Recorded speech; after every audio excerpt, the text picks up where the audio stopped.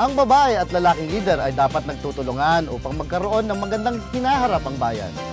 Yan ang pinapaniwalaan ni Marikina Mayor Marides Fernando, isang leader, ina ng tahanan, isang babae.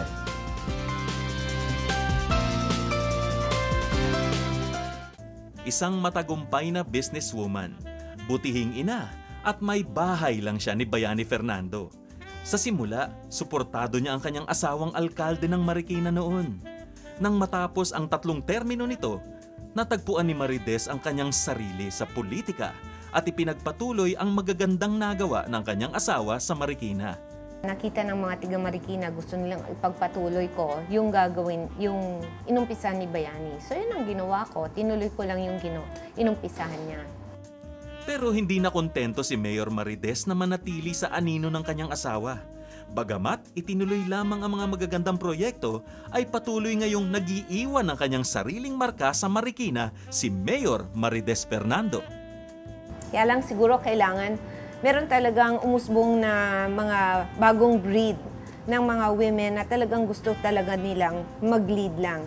Sapagkat sa nakikita ko, para maging tagumpay ang isang bayan, kailangan 50% ng namumuno sa politika, babae din. Bakit? Kasi representation yan eh. Ibig sabihin, 50% ng population natin, babae, dapat more or less 50% din sa mga elected officials, babae, para makakuha tayo ng tamang representasyon. At hindi isang hadlang ang kanyang pagiging isang babae upang gampanan ng maayos ang tungkulin ng isang punong lungsod. There's more caring at siguro hindi masyadong oras sa pamumulitika, rather trabaho. At bilang isang mapag-arugang ina at babae, lalo pang isinulong ni Mayor Marides ang progreso sa Marikina.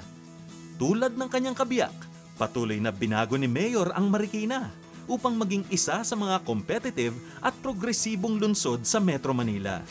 Lalo niyang pinalakas ang mga basic services sa Marikina tulad ng sa kalusugan, kalikasan, edukasyon, peace and order, infrastruktura at iba pa.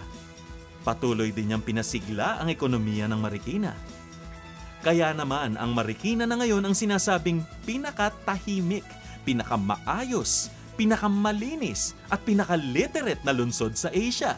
Hall of Famer pa bilang cleanest and greenest city in the Philippines. At dahil dyan ay naging nominado si Mayor Marides sa World Mayor Award noong 2008. Patunay lamang na wala sa kasarian ang kakayahan ng isang leader. Nasa dedikasyon, katapatan at malasakit sa paglilingkod. Tapos na nga ang makalumang imahe ng Pinay na kontento lamang sa pagiging Maria Clara.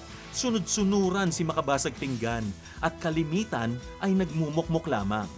At sa mga darating na panahon ay nais pang isulong ni Mayor Marides ang mga adhikain ng mga kababaihan na lalo pang sumigla ang pagkilala at pagpapahalaga sa papel at kontribusyon na magagawa ng mga babae sa kanilang pamayanan.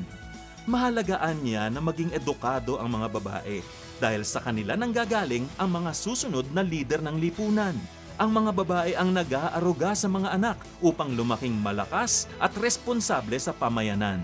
We need to empower the pinaka-grassroots women kasi they're the ones raising the next generation of citizens. And siguro because I'm a mayor in Marikina, I have given a lot of attention to our grassroots women. At nakikita ko, if we want society to change, then we have to educate the women who are raising the men.